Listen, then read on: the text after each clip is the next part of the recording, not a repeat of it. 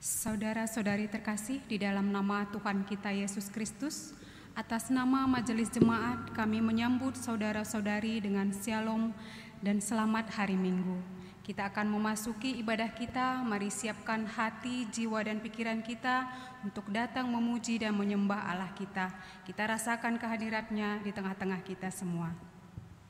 Saudara-saudari yang dikasihi Tuhan kita Yesus Kristus, ibadah ini dinamakan Minggu Kemandirian GBKP.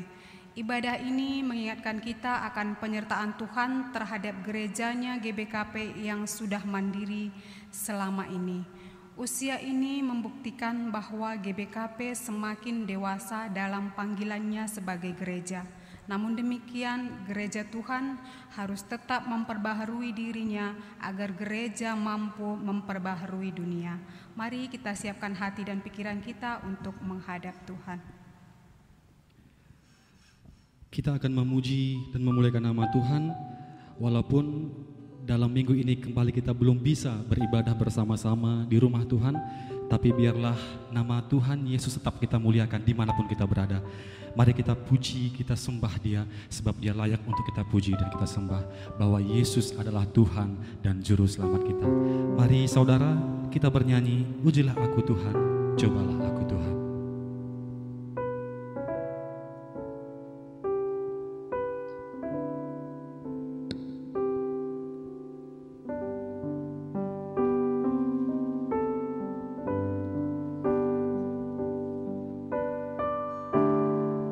Pujilah aku Tuhan, cobalah aku Tuhan, selidiki batinku dan hatiku,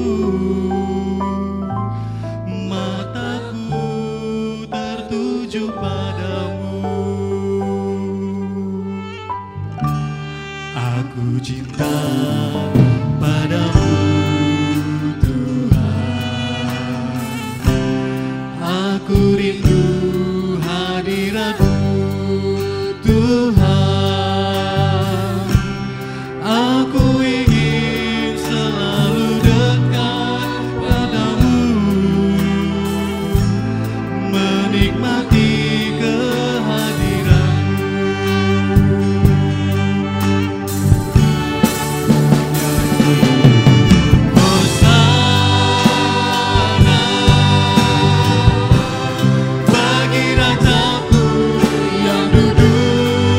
di tahta. Aku muliakan dan ku agungkan, Kau layani sembah.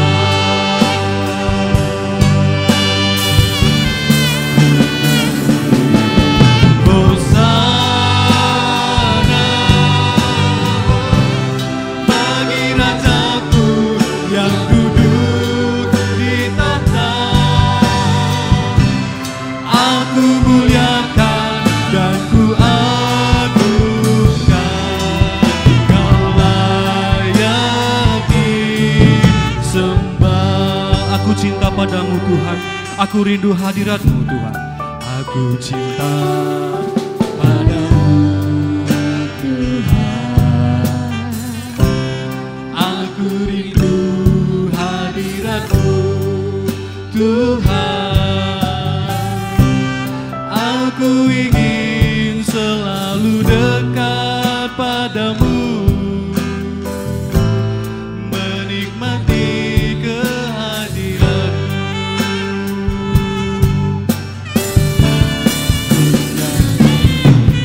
Hosana bagi Rajaku yang duduk di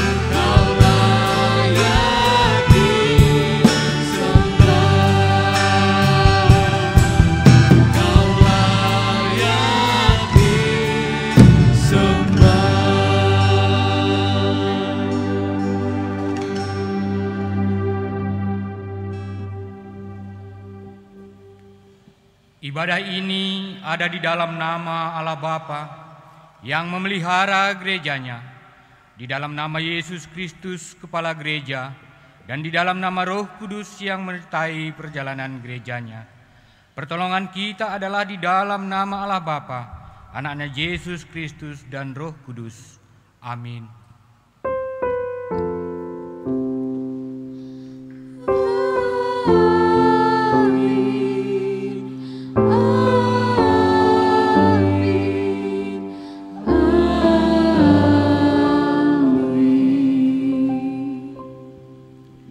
Dalam hal inilah Bapa-Ku permuliakan, yaitu jika kamu berbuah banyak, dan dengan demikian kamu adalah murid-murid-Ku. Mari sama-sama kita memuji Tuhan atas firman-Nya. Kalau ku hidup bagimu, hatiku tetap menyembah-Mu. Dunia tak bisa menjauhkanku dari kasih-Mu. Mari saudara kita bernyanyi, Yesus Kau kebenaran yang menyelamatkanku.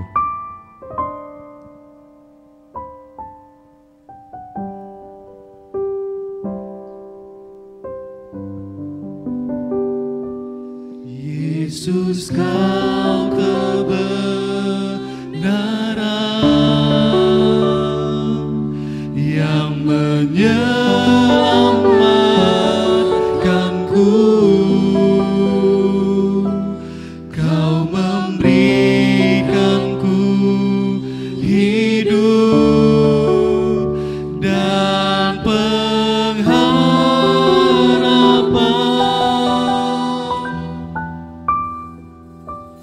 Ku ikut kehendak-Mu,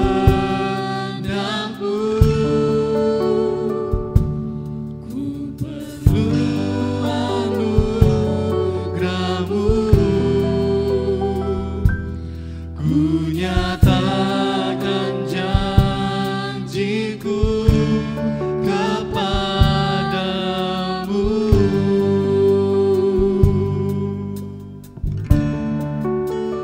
Kalau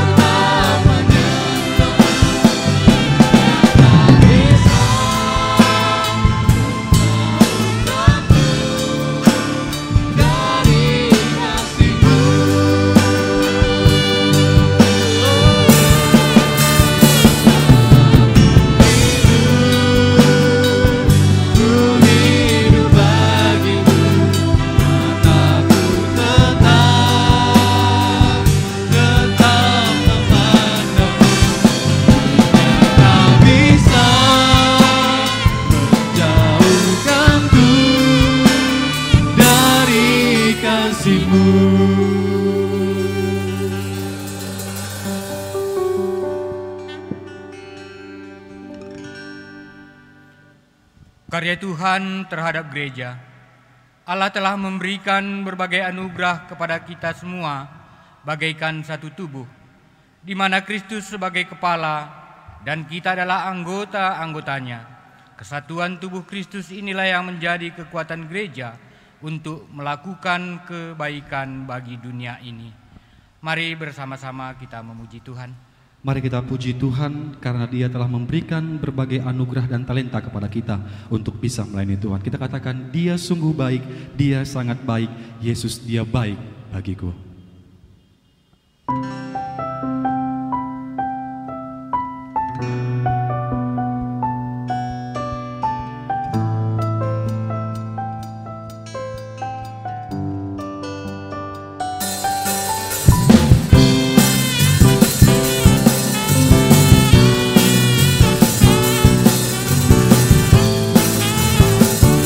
Mari saudara kita katakan, Dia mati bagiku, Dia bangkit bagiku. Dia mati bagiku, Dia bangkit bagiku. Dia Tuhan Allah benar. Katakan, kuasa maut dikalahkan, hidupku dipulihkan. Hidupku dipulihkan. Dia Tuhan Allah kemenanganku. Dia sungguh baik, Dia sangat baik. Yesus Dia baik bagiku. Dia sungguh baik, Dia sangat baik.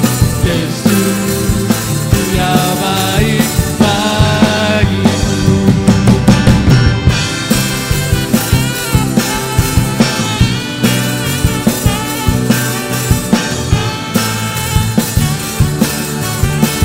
Katakan, Dia mati bagiku. Dia mati bagiku, bergerak di hidupku. Dia Tuhan Allah kekuatanku. Dia penuhi hatiku. Dia penuhi hatiku dengan kuasa kasih-Nya. Dia Tuhan Allah kemenanganku. Dia sungguh baik, Dia sangat baik. Yesus Dia baik bagiku. Dia sungguh baik, Dia sangat baik. Yesus Dia baik bagiku.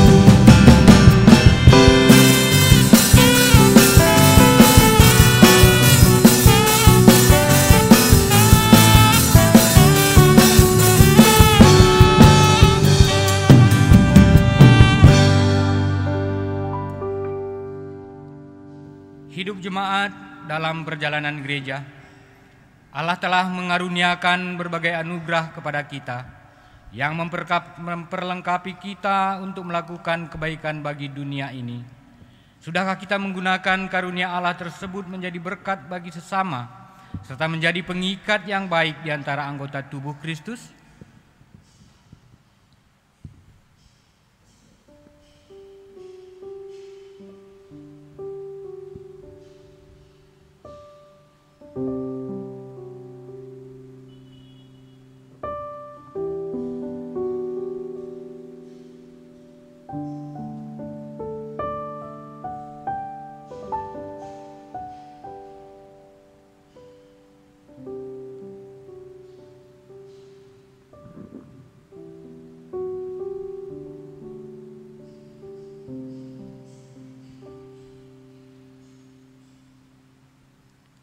Allah telah mengaruniakan berbagai kebaikan bagi kita, agar kita menjadi tangan Tuhan untuk mendukung pelayanan gerejanya.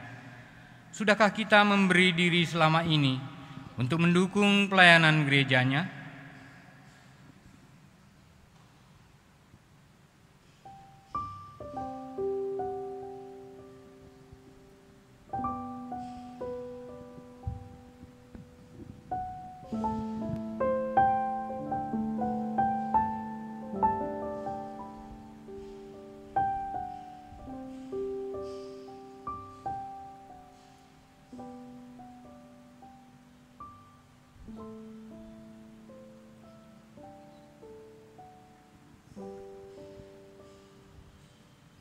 Marilah kita mengaku di hadapan Tuhan.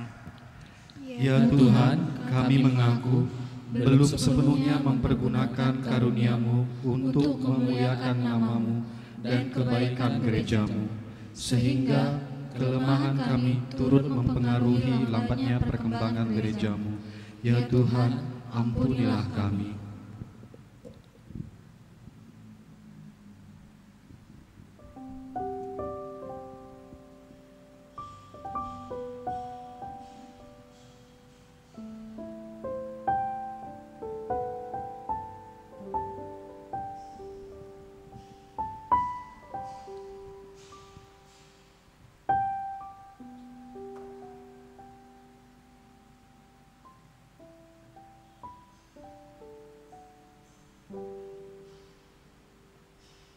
Mari kita memohon pengampunan dari Tuhan dengan bernyanyi.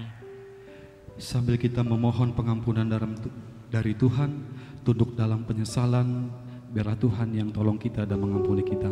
Kita bernyanyi, mampirlah dengar doaku.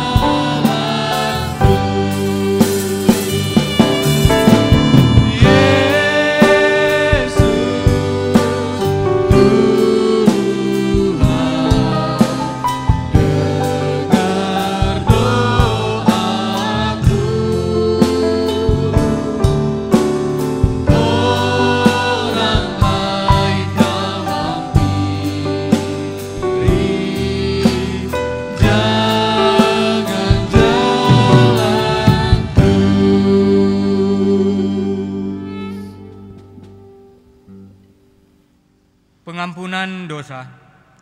Allah sungguh berkenan bagi anak-anaknya yang mengakui dosa-dosanya. Sebagai hamba Tuhan, aku memberitakan firman-Nya tentang pengampunan bagi mereka yang mengaku dosa-dosanya. Akulah Dia yang menghapus dosa-dosa pemberontakanmu oleh karena aku sendiri, dan aku tidak mengingat-ingat dosamu. Mari bersama-sama kita memuji Tuhan. Dengan darah Yesus yang telah menebus segala dosa dan pelanggaran kita, Dia yang menyucikan kita dan membebaskan kita. Mari kita memuji Tuhan karena Dia sudah menghapuskan segala dosa kita. Kita bernyanyi, darah-Mu Yesus.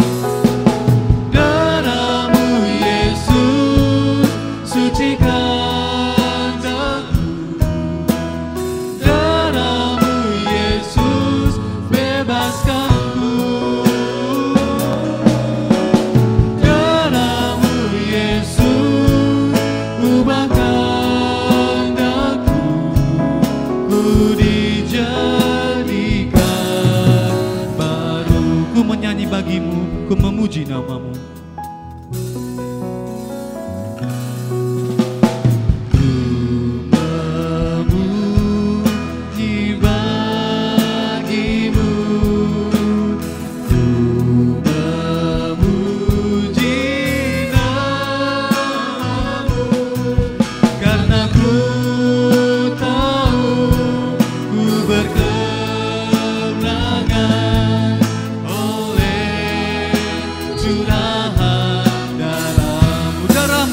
Sucikan darah-Mu Yesus, sucikan aku. Darah-Mu Yesus, bebaskanku. Darah-Mu Yesus, ubahkan aku. Ku dijadikan baru.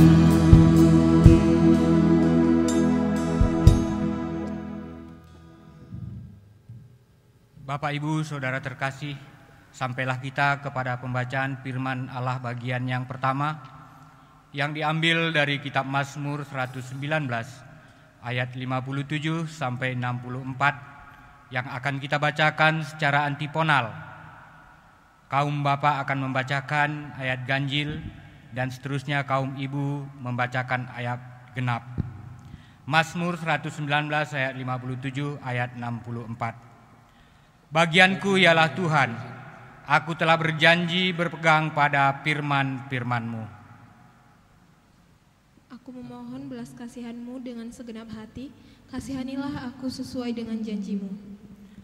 Aku memikirkan jalan-jalan hidupku dan melangkahkan kakiku menuju peringatan-peringatan-Mu. Aku bersegera dan tidak terlambat-lambat untuk berpegang pada perintah-perintah-Mu. Tali-tali orang-orang fasik membelit aku, tapi Taurat-Mu tidak kulupakan. Tengah malam aku bangun untuk bersyukur kepadamu atas hukum-hukum-Mu yang adil. Aku bersekutu dengan semua orang yang takut kepadamu dan dengan orang-orang yang berpegang pada titah-titah-Mu. Bumi penuh dengan kasih setiamu ya Tuhan, ajarkanlah ketetapan-ketetapanmu kepadaku. Demikianlah firman Tuhan. Berbahagialah orang yang mendengarkan firman Tuhan, yang memelihara serta melakukannya dalam kehidupan sehari-hari. Haleluya. Haleluya. Haleluya.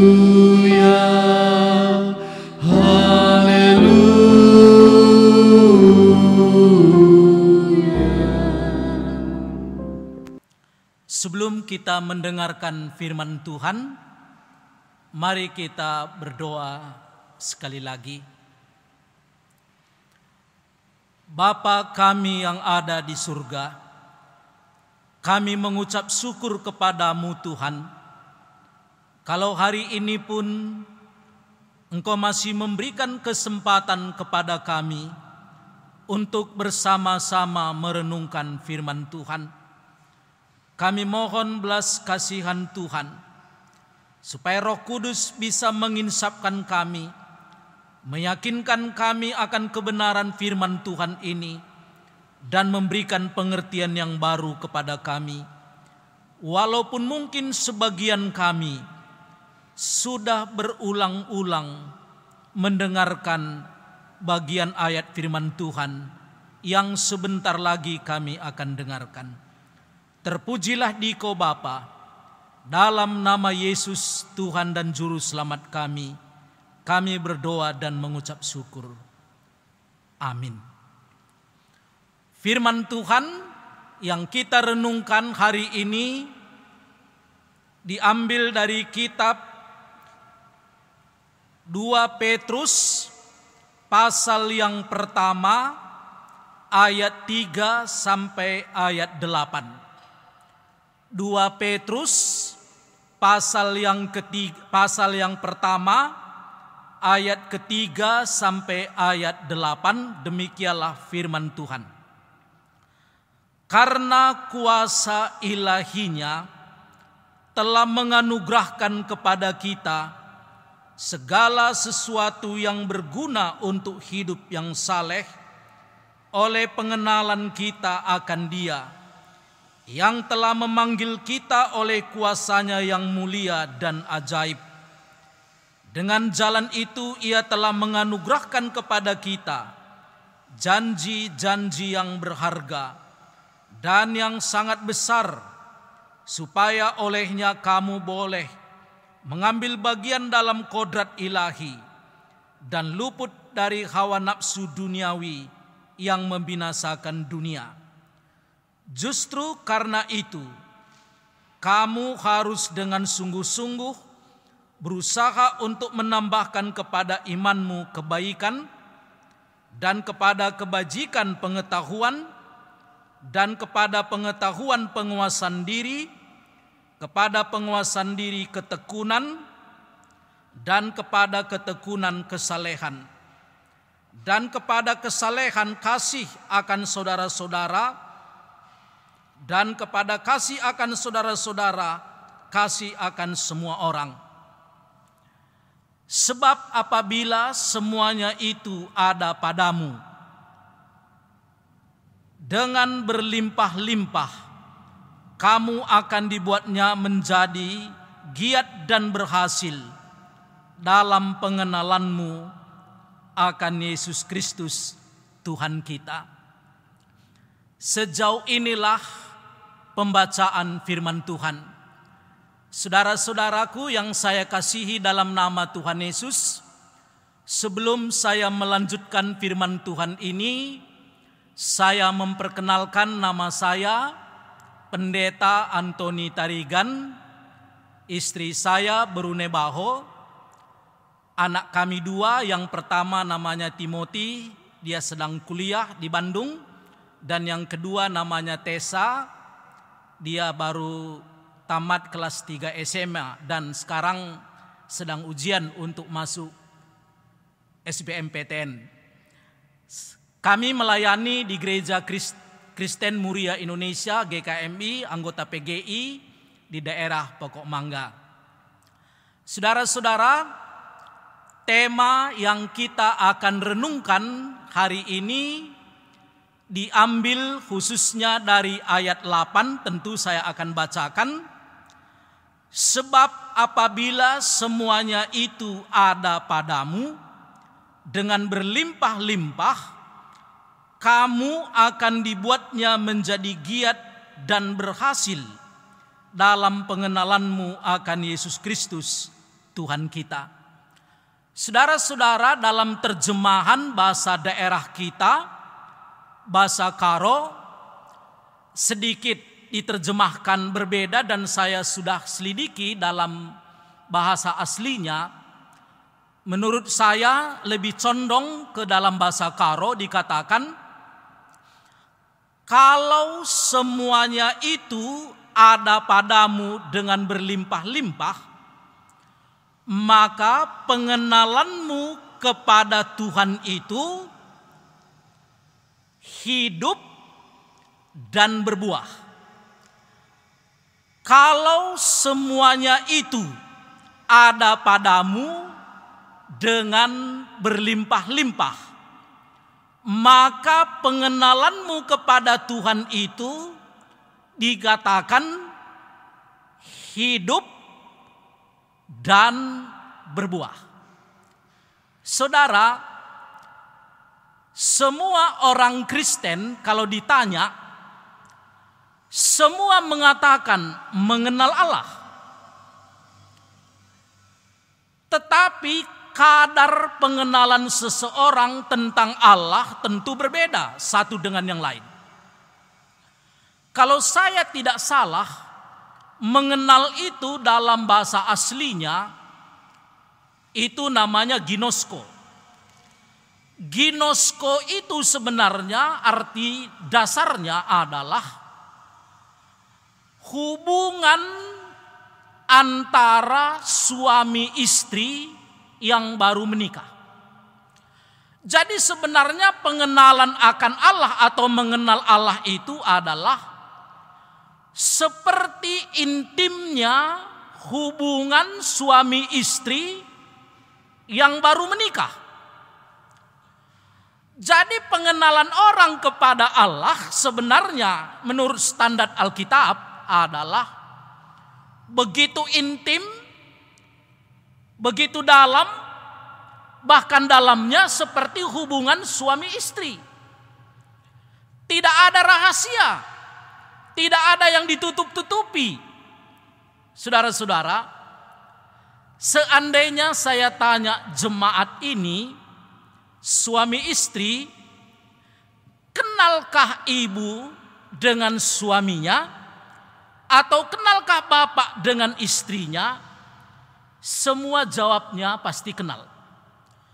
Tapi sejauh mana dalamnya kita mengenal?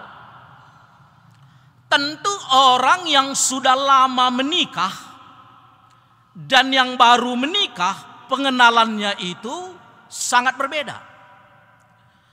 Karena umumnya orang yang masih pacaran itu biasanya sudah muncul, ya artinya menutupi diri.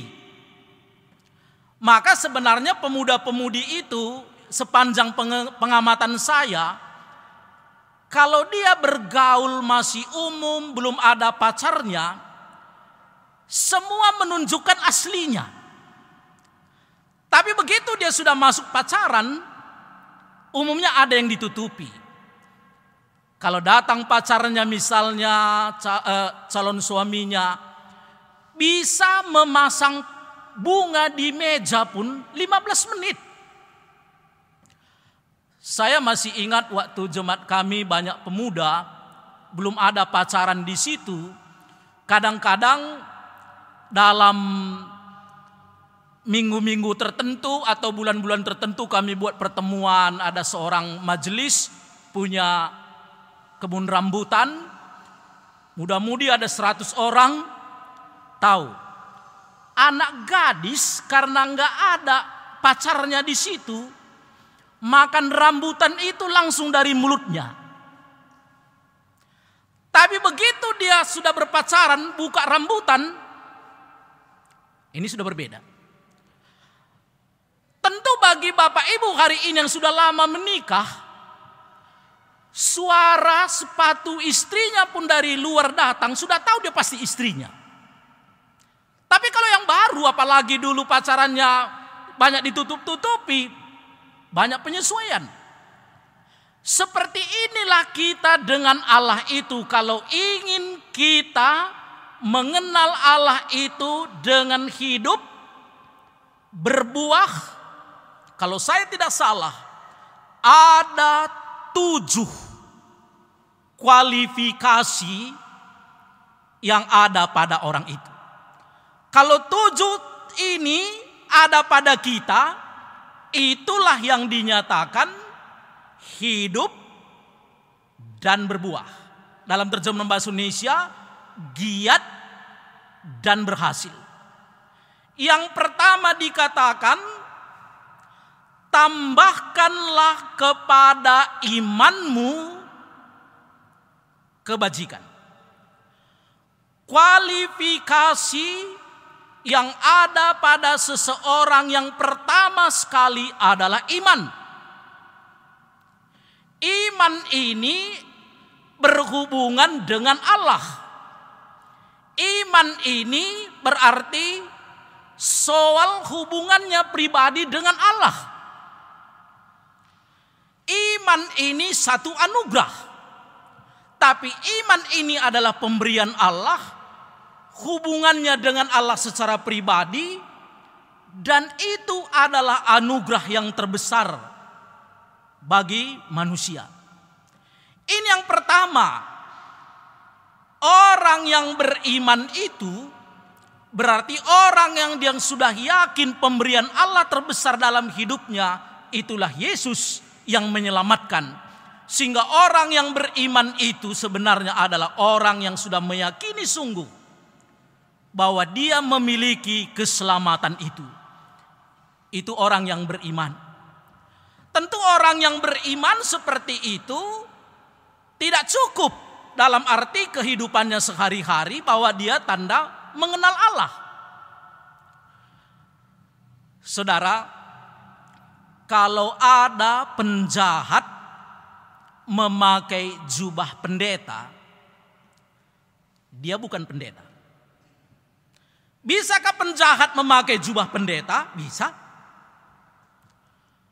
Tentu dari segi hidupnya, dari segi tindak tanduknya, dari segi perbuatannya, memang nampak orang itu adalah orang beriman, bukan saja dari segi ucapan. Karena ucapan bisa saja disebut kita orang beriman. Maka yang kedua dikatakan ayat 5 itu, justru karena itu kamu harus dengan sungguh-sungguh berusaha. Pertama, dengan sungguh-sungguh berusaha, tetapi ayat 3 dan ayat 4 sudah ada pemberian Allah yang besar supaya kamu hidup saleh. Apa yang perlu ditambahkan bagi orang beriman? Yang kedua adalah kebajikan. Orang yang mengaku beriman tentu muncul dari hidupnya adalah soal kebaikan atau kebajikan. Karena manusia di luar sana melihat kita orang beriman, bukan karena kita rajin ke gereja saja, mungkin dia tidak lihat. Bukan karena kita tahu firman Tuhan, dia tidak tahu, dia tidak dengar. Tapi dari kebajikan kita. Kebaikan atau kebajikan di sini artinya adalah standar moral yang menyerupai Kristus. Ada seorang pemimpin negara yang sangat terkenal. Saya tidak sebut pemimpin negara ini. Dia bukan orang Kristen. Lalu dia sangat tertarik dengan khotbah di bukit. Matius pasal 5 sampai pasal 7.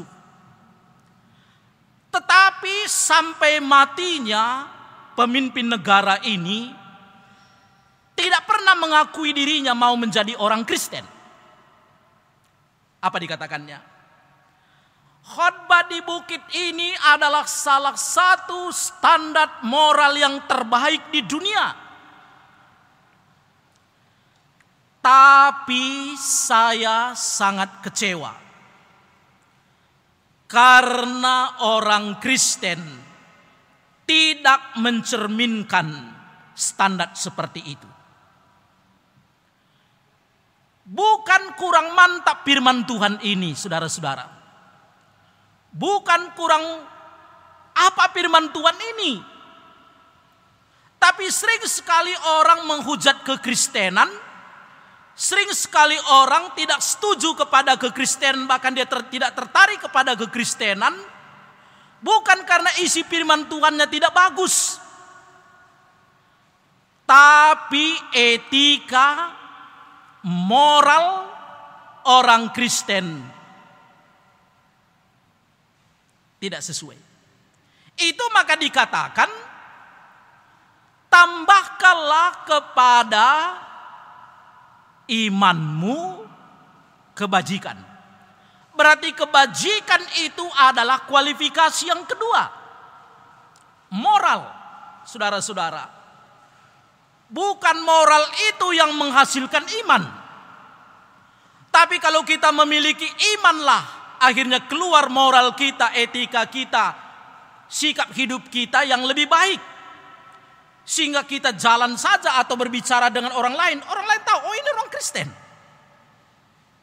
Saudara-saudara, kita di Sumatera Utara ini karena ya sedikit bebas di dalam beribadah, sampai angkot-angkot kita itu banyak sekali tulisan rohani. Ada 2 kali saya baca tulisan di angkot membuat saya merasa geli. Tahu isi tulisannya? Yang pertama, ini pengalaman. Saya waktu bawa mobil dan mengikuti angkot itu, mudah-mudahan bukan angkot Bapak Ibu ya. Kalau angkot Bapak Ibu pun tidak apa-apa, tentu supirnya mungkin bisa berbeda.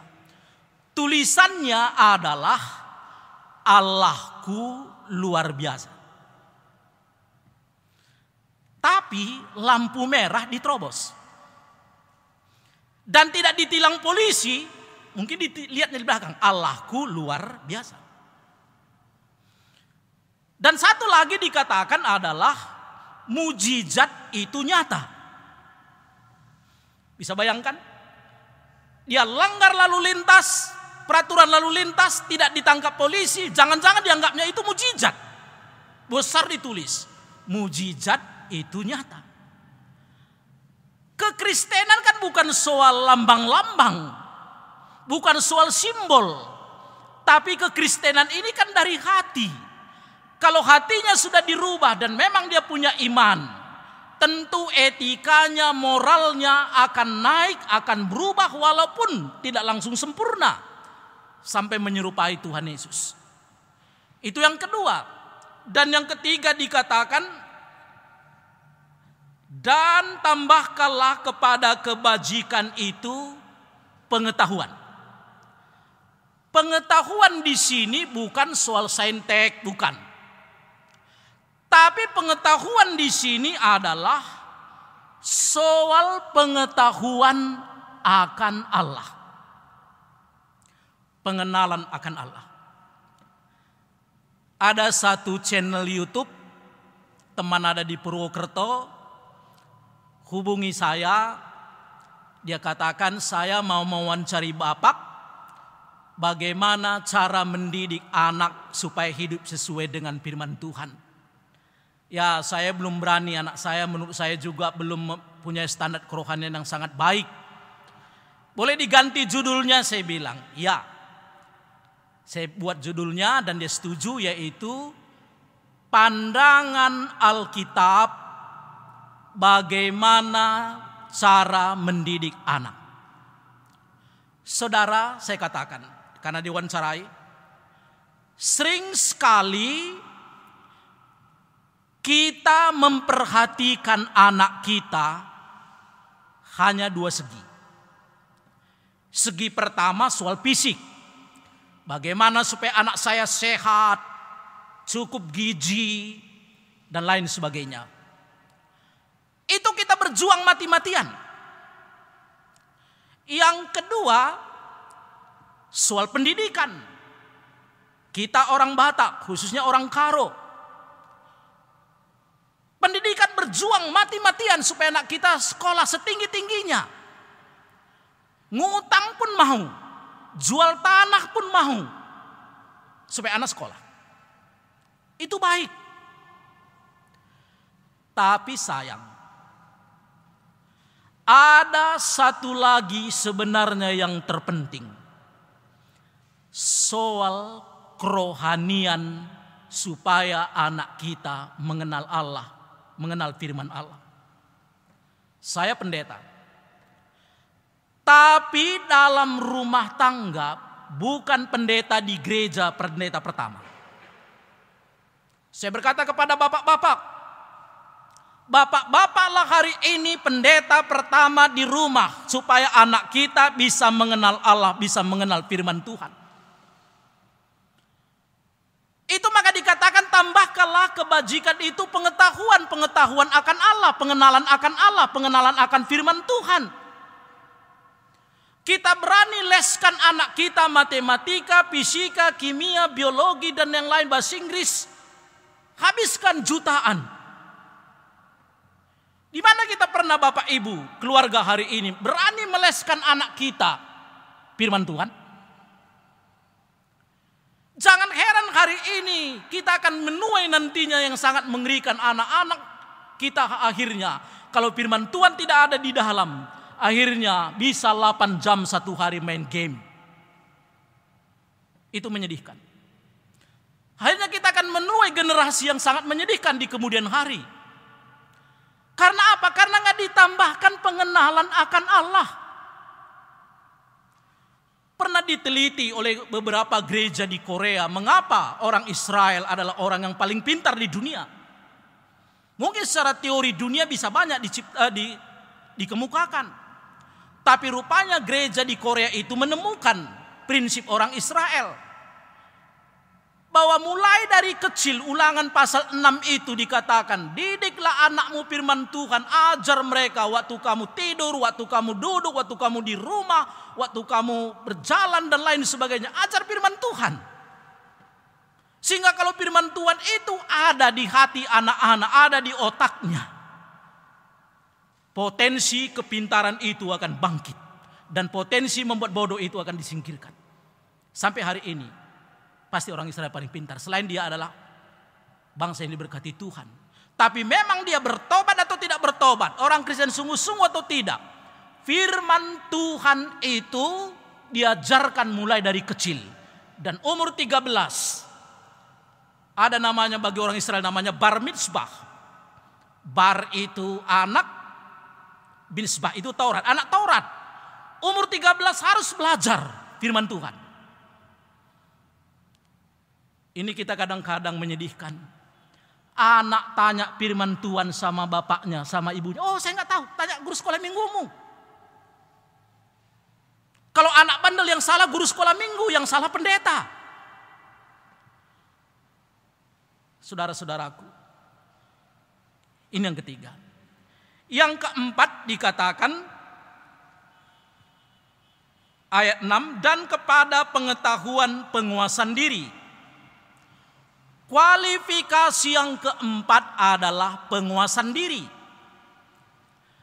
Penguasaan diri, waduh, ini diri yang harus dikuasai. Umumnya manusia senang menguasai orang lain. Tapi di sini kualifikasinya adalah penguasaan diri. Ya, saya pernah dengar cerita seorang ibu. Ini sebenarnya kalimatnya dalam bahasa Karo. Dikatakan demikian bahasa Karo. Ya. Adi perban buahna maka mesepak batangna, mesepaklah. Satu sisi sebenarnya ini positif, dalam arti ya biarlah pohon jeruk kami ini, pohon mangga kami ini berbuah banyak. Tapi istilah ini sudah diplesetkan.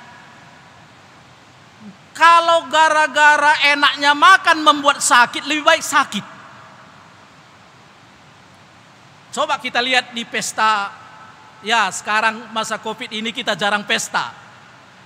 Kalau ada daun ubi di situ dan rendang, daun ubinya disisihkan pasti. Ya. Ini kan dari segi makan pun harus dipenguasaan diri kan? Ya, kan sangat terkenal itu, adilalah katanya. Kalau nggak bayar, apapun masuk, nggak dipikirkan soal sehat kita atau tidak. Ini penguasaan diri ini maksudnya adalah keinginan lama kita, keakuan lama kita, kedagingan kita. Ini harus dikuasai karena diri ini paling susah dikuasai. Kalau dari luar kita bisa menghindar, kalau dari dalam, bahkan kerohanian pun saudara-saudara, pelayanan harus dikuasai. Jangan pula nanti ibu-ibu tiap hari PA, tapi makanan suaminya nggak pernah dipikirkan. Ini kan harus ada penguasaan diri. Saya dengar seorang pengkhotbah yang sangat terkenal. Pengkhotbah ini pimpin kebangunan rohani di seluruh dunia. Saya kenal pengkhotbahnya. Dia sudah meninggal. Waktu dia pimpin kebangunan rohani di satu kota, ribuan orang datang. Datanglah anaknya gadis kuliah di kota itu menghadiri kebangunan rohani ini. Waktu hadir dia duduk di samping bapaknya di depan, seperti di depan begini. Dia senang, selesai KKR bapaknya ajak makan. Anak gadis ini berkata, "Pak, saya hari ini senang bisa berbicara dengan Bapak. Bisa makan bersama dengan Bapak. Karena berbulan-bulan Bapak hanya melayani orang lain. Bapak bagi orang lain, tapi bukan Bapak bagi kami anak-anaknya." Dan pendeta ini menangis sungguh-sungguh. Dia minta ampun sama Tuhan dan sama anaknya. Bagi kami pendeta, kadang-kadang tuntutan jemaat harus kunjungan, harus melayani. Kebutuhan anak jarang dipikirkan. Jadi kerohanian pun harus ada kita penguasaan diri. Jangan tiap hari PA, tiap hari ke gereja, tiap hari. Tapi di rumah tidak beres. Bukan hanya soal makanan, bukan saja soal belajar, bukan saja yang mana. Semua ada penguasaan diri. Termasuk kerohanian. Ya. Jangan gara-gara makan terlalu banyak, tidur terlalu sedikit, kita lebih cepat mati. Seharusnya bukan secepat itu kita mati. Jangan alaskan, oh memang udah kehendak Tuhan dia cepat mudah mati. Padahal karena dia, coba kita saja hari ini, setiap hari tidur jam 3 pagi, pasti cepat mati. Atau tiap hari makan panggang terus, pasti juga. Kan harus seimbang. Yang kelima, kalau saya salah, mari kita teruskan. Tambahkanlah kepada pengetahuanmu penguasaan diri. Dan yang kelima setelah penguasaan diri ditambahkan adalah ketekunan. Saudara, pasti di antara jemaat ini ada guru, ada dosen, pendidik, guru sekolah minggu, guru remaja, pemuda. Dalam ilmu pendidikan ada satu prinsip yang penting. Dikatakan begini, orang bisa berhasil dalam pendidikan, IQ-nya hanya 20%. 80% itu adalah ketekunan orang itu. Anak yang tekun lebih berhasil daripada anak yang pintar tapi tidak tekun. Memang kalau dia pintar tekun ya pasti lebih berhasil. Tapi ketekunan macam yang bagaimana yang dijelaskan dalam ayat ini? Ketekunan itu dalam bahasa aslinya namanya hupomone. Hupomone itu adalah ketahanan dalam menghadapi situasi yang sulit dan tetap survive. Itu hupomone. Kemampuan untuk bertahan dalam menghadapi situasi yang sulit, menghadapi rintangan, menghadapi penderitaan, dan dia tetap bertahan. COVID-19, semua orang di dunia berdoa supaya selesai. Nyatanya sampai kita kebaktian hari ini belum selesai. Indonesia masih bertambah. Saudara-saudara, apakah Tuhan tidak mendengarkan doa miliar orang Kristen di seluruh dunia supaya selesai? Saya yakin Tuhan dengar. Tapi mengapa belum selesai juga? Ada kemungkinan besar Tuhan sedang melihat ketekunan kita, kesabaran kita. Apakah kalau di rumah begini kita tekun atau tidak? Pernah saya katakan, waktu saya khotbah di tempat ini dalam bahasa Karo, di negara-negara tertentu di dunia ini, puluhan tahun gak pernah bisa beribadah di gereja. Mereka hanya kumpul 5 orang, istilahnya gereja bawah tanah. Ada di negara tertentu asal baca Alkitab kedapatan harus penjara seumur hidup. Tentu dengan keadaan seperti ini kita mengingat mereka bagaimana mereka harus tekun di dalam tekanan, di dalam rintangan, dalam kesulitan, dan mereka bertahan. Kita masa di rumah baru 4-5 bulan saja sudah mulai bosan.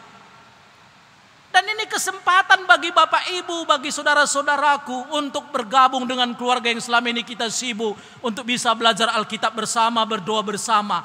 Ini memerlukan ketekunan. Ini harus ditambahkan tekun. Jangan merasa anggap enteng, cepat bisa semua, tidak. Yang keenam, saudara-saudara, ayat ke-6 bagian terakhir. Kepada penguasaan diri ketekunan, dan kepada ketekunan kesalehan. Ya, jarangnya kita mengerti tentang saleh. Mungkin agama yang lain lebih populer lah bagi mereka. Saya lihat terjemahan bahasa Karo ini lebih baik. Dikatakan kesalehan diterjemahkan. Nanti lihat terjemahan bahasa Karo atau dalam ibadah bahasa Karo bisa dengarkan. Tutus erdibata. Tutus ngikutkan sura dibata. Jadi kesalehan itu artinya adalah ada komitmen yang serius untuk mengetahui kehendak Tuhan, untuk mengerti kehendak Tuhan dengan sungguh-sungguh. Ini kesalehan. Tutus erdibata. Kita dulu sebelum jadi orang Kristen, saya lihat, ya saya dulu bukan Kristen, belum beragama. Tahu saudara, potong ayam misalnya, zaman dulu kan potong ayam bukan seperti kita zaman sekarang, bisa sekali 3 bulan pun belum tentu. Jadi sudah dipotong ayam, ya karena bukan orang Kristen, orang tua taruhkan di atas lemari kepada orang yang sudah meninggal katanya. Sudah ditaruhkan, nanti makan lagi. Berarti kan sama penyembahannya pun gak serius dia. Beli rambutan, taruh di kuburan, nanti makan lagi. Berarti kan sama penyembahannya pun dia tidak serius. Orang Orang Kristen hari ini seharusnya adalah orang yang tutus erdibata, mencari kehendak Tuhan dan menyenangi kehendak Tuhan itu, melaksanakannya dengan sungguh. Ini orang saleh, tutus erdibata serius. Seharusnya kita jemaat, seandainya bisa kita kebaktian minggu misalnya sudah mulai nantinya, seharusnya kalau hari Sabtu itu kita sudah senang.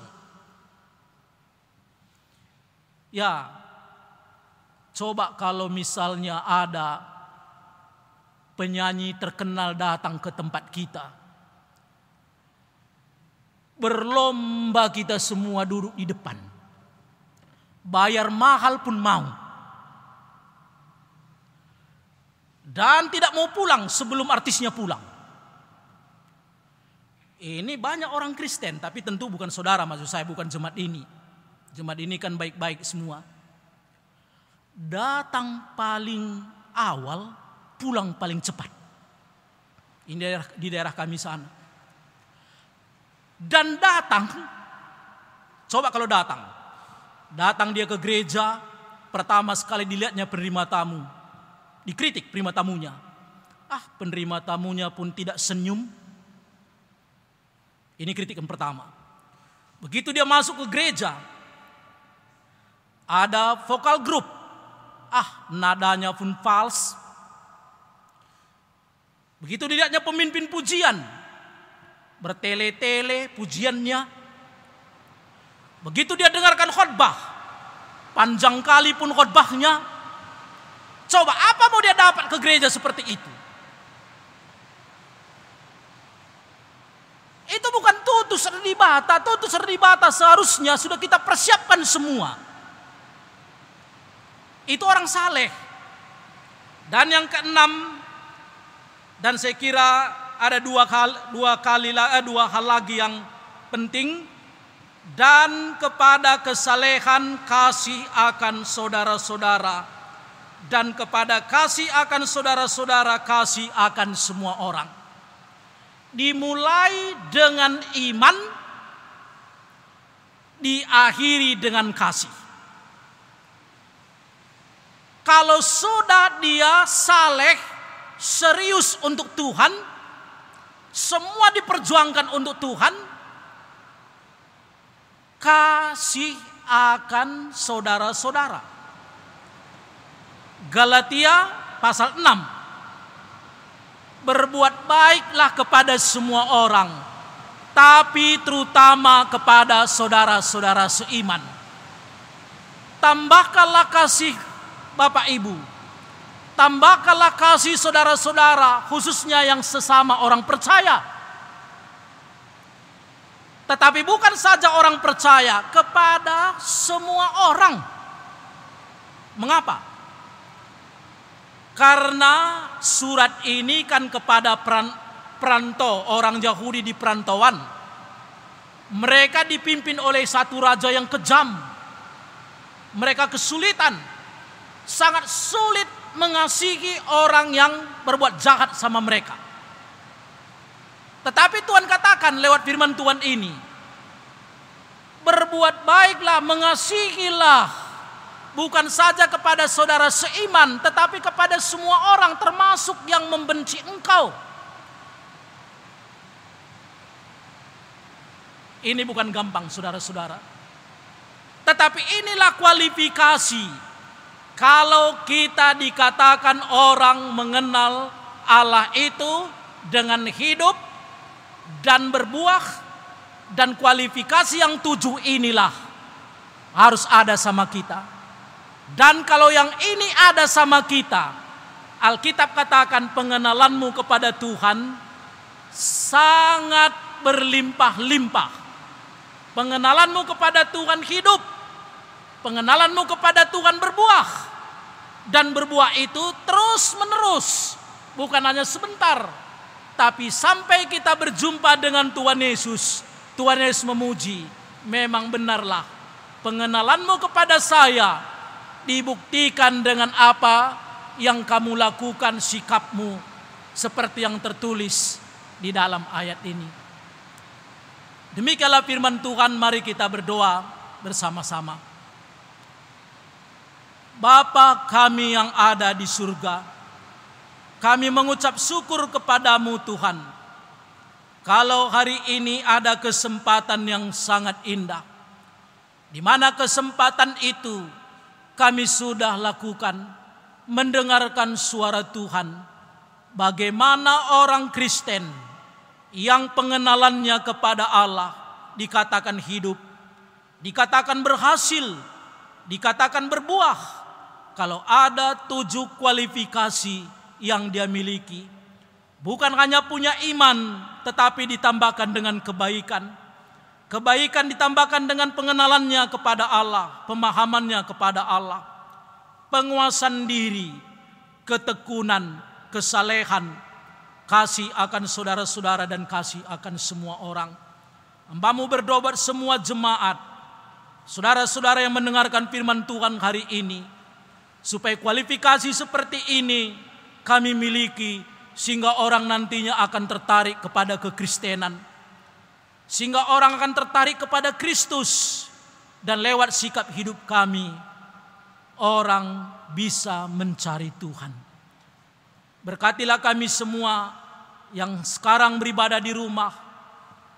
Inilah firman Tuhan kepada kami, supaya dimanapun kami berada, kami bisa tekun di tengah-tengah kesulitan, di tengah-tengah penderitaan, tetapi tekun bertahan untuk mencari Tuhan itu. Terpujilah Dikau Bapa, dalam nama Yesus Tuhan kami berdoa dan mengucap syukur. Amin. Mari kita mengakukan iman kita sebagaimana semua orang percaya yang ada di seluruh dunia dari segala zaman untuk mengakukan imannya. Aku percaya kepada Allah Bapa yang Maha Kuasa, Khalik langit dan bumi, dan kepada Yesus Kristus, Anak-Nya yang tunggal, Tuhan kita, yang dikandung daripada Roh Kudus, lahir dari anak darah Maria, yang menderita di bawah pemerintahan Pontius Pilatus, disalibkan, mati dan dikuburkan, turun ke dalam kerajaan maut, pada hari yang ketiga bangkit pula dari di antara orang yang mati, naik ke surga, duduk di sebelah kanan Allah, Bapa yang Maha Kuasa, dan akan datang dari sana untuk menghakimi orang yang hidup dan yang mati. Aku percaya kepada Roh Kudus, gereja yang kudus dan am, persekutuan orang kudus, pengampunan dosa, kebangkitan orang mati, dan hidup yang kekal. Amin. Mari kita memberikan persembahan kita sebagai tanda sukacita kita atas pemeliharaan Tuhan.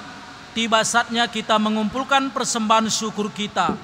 Firman-Nya yang menjadi dasar bagi kita di dalam memberi persembahan. Tertulis dalam Mazmur 100 ayat 2, beribadahlah kepada Tuhan dengan sukacita, datanglah ke hadapannya dengan sorak-sorai. Sambil kita mengumpulkan persembahan, kita akan bernyanyi bersama-sama. Kita bernyanyi, kecaplah dan lihatlah.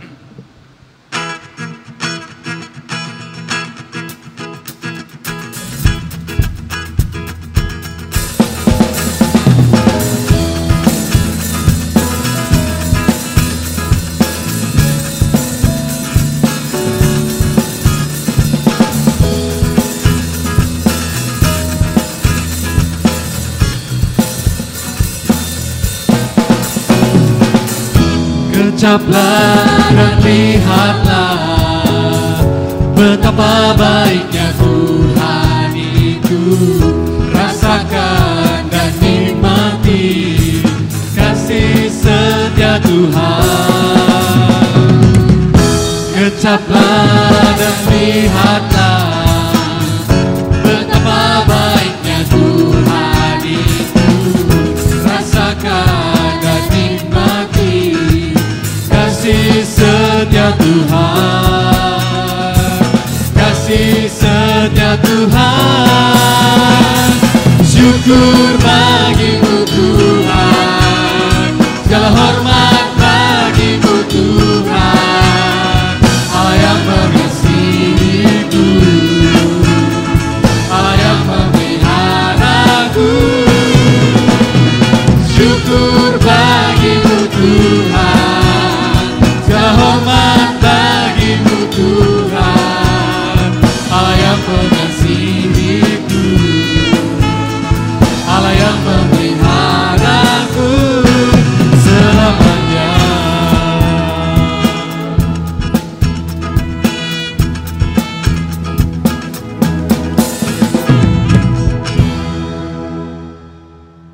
Mari kita berdoa untuk persembahan kita dan doa syafaat. Mari kita bersama-sama berdoa. Bapa kami yang ada di surga, kami mengucap syukur Tuhan untuk firman-Mu, mengucap syukur untuk berkat Tuhan yang sudah Tuhan nyatakan untuk kami, dan kami berdoa juga Tuhan untuk persembahan yang sudah kami kumpulkan. Kami berdoa supaya lewat persembahan inilah pekerjaan Tuhan lebih dinyatakan di tengah-tengah gereja ini. Berkatilah semua jemaat Bapak Ibu yang sekarang ini mungkin sebagian tidak bisa bekerja. Kami berdoa dalam nama Yesus Tuhan kami supaya Engkau membukakan pekerjaan bagi mereka. Demikian juga Bapak Ibu dan saudara-saudaraku yang sedang mencari pekerjaan di tengah kesulitan ini. Tuhan bukalah jalan. Demikian juga kami semua Tuhan, kami berdoa supaya tambahlah pengenalan kami, tambah kasih kami kepada Tuhan, dan lebih baik lagi kami bisa memberi untuk Tuhan, untuk pekerjaan Tuhan. Hamba-Mu berdoa buat semua jemaat GBKP kilometer 8 ini tanpa terkecuali, dan juga saudara-saudara yang mendengarkan siaran ini nantinya, dimanapun mereka berada ya Allah kami. Tentu ada yang sakit, berbelas kasihanlah Engkau dan Engkau menjamah mereka supaya mereka bisa sembuh. Kalau ada kesulitan bagi mereka, Tuhan buka jalan. Anak-anak kami yang sedang studi, ada yang mau naik kelas dan mungkin ajaran baru, ada juga yang mau melanjut ke jenjang yang lebih tinggi, tentu membutuhkan biaya. Kami berdoa supaya Tuhan cukupkan dan anak-anak kami itu pun bisa dapat studi di tempat yang terbaik menurut Tuhan. Terima kasih Bapa. Kami berdoa buat semua pengerja gereja ini, mulai dari pendeta kami, demikian juga majelis kami, pengurus Bapak, pengurus Ibu, Moria, pemuda remaja, bahkan sekolah minggu, lansia, semuanya Tuhan kami berdoa dalam nama Yesus supaya kasih kami kepada Tuhan semakin hari semakin mendalam. Terpujilah Dikau Bapa. Kami menyerahkan ibadah kami juga minggu depan, sebagaimana Engkau hadir jugalah. Kapanlah waktunya kami bisa beribadah, secara fisik kami bisa bertemu, biarlah Tuhan menetapkan tepat pada waktunya. Pemerintahan kami mulai dari presiden sampai pemerintahan yang terendah, berkatilah Tuhan dalam situasi yang sulit seperti ini, khususnya menghadapi bagaimana menyelesaikan COVID ini, menjaga perekonomian kami, menjaga ketenangan masyarakat, keamanan bangsa dan negara kami ini. Berkatilah mereka Tuhan, walaupun mungkin sebagian mereka juga belum kenal Tuhan, tetapi Tuhan bisa pakai Raja Koresi, semua bisa pakai dulunya, walaupun mereka tidak kenal Tuhan yang kami sembah, tapi Engkau bisa pakai siapapun dimanapun, karena semua makhluk adalah ciptaan-Mu, termasuk siapapun yang kami sebutkan ini. Terima kasih Bapa. Kami serahkan hidup kami hari ini ke dalam tangan Tuhan. Berkatilah setelah selesai ibadah ini, ada kegiatan kami, ada interaksi kami dengan keluarga, biarlah Tuhan menolong kami semuanya. Dalam nama Yesus Tuhan kami berdoa dan mengucap syukur. Amin. Kita masuk di dalam tekad. Allah telah mengaruniakan dengan berbagai anugerah kepada kita. Ya Tuhan, kami berjanji akan mempergunakan karunia-Mu bersama dengan keluargaku dan jemaat-Mu untuk mendukung pelayanan gereja-Mu. Untuk meneguhkan janji kita kepada Tuhan, marilah kita bernyanyi. Mari kita bernyanyi, Tuhan, ini tugas kami.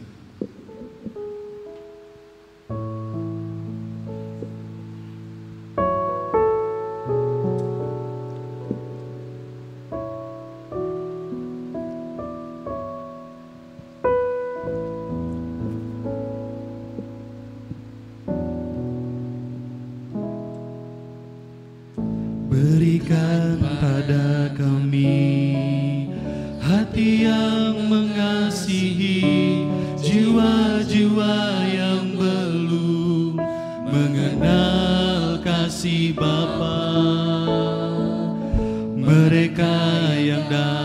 gelap, mereka yang tersesat, hati kami iba seperti hati-Mu Yesus.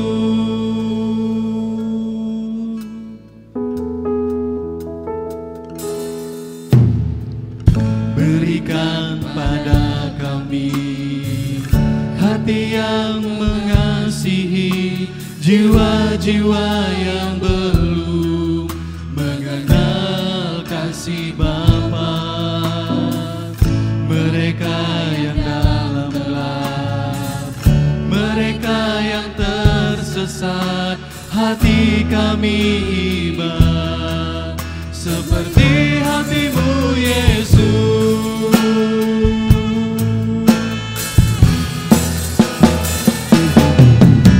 Tuhan, ini tugas kami,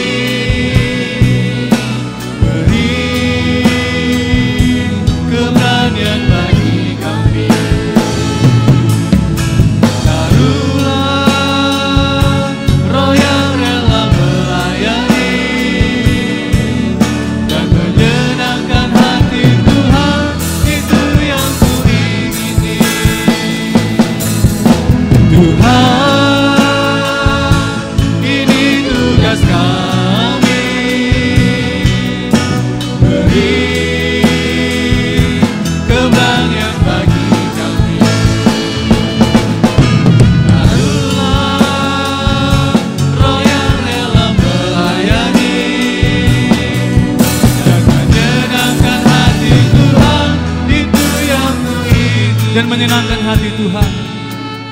Dan menyenangkan hati Tuhan, itu yang ku ingini. Dan menyenangkan hati Tuhan, itu yang ku ingini.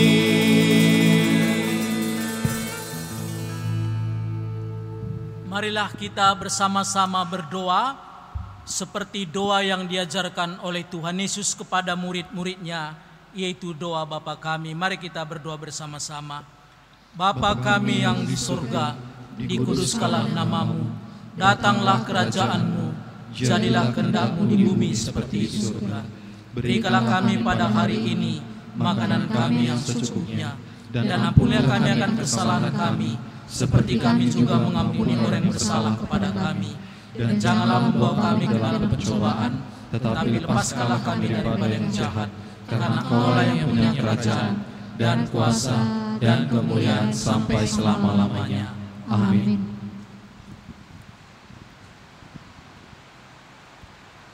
Lakukanlah firman Allah yang telah kamu terima dan pergunakanlah karunia Allah untuk mendukung pelayanan gerejanya. Jadilah kamu anggota tubuh Kristus untuk menguatkan kamu melakukannya. Terimalah berkat dari Tuhan Allah. Dan Allah sumber segala kasih karunia yang telah memanggil kamu kepada Kristus, kepada kemuliaannya yang kekal, akan melengkapi, meneguhkan, menguatkan dan mengokohkan kamu sesudah kamu menderita seketika lamanya. Dialah yang empunya kuasa sampai selama-lamanya. Amin.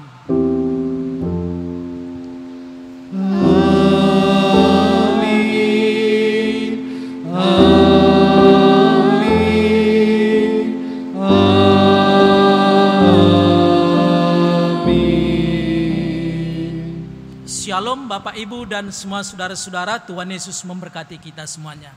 Amin. Terima kasih, ibadah kita sudah selesai. Tuhan menyertai dan memberkati kita senantiasa dimanapun kita berada. Di situasi sekarang ini tetap semangat, jangan lengah, jaga jarak, jaga kesehatan, dan tentunya jaga iman, tetap andalkan Tuhan. Tuhan Yesus memberkati.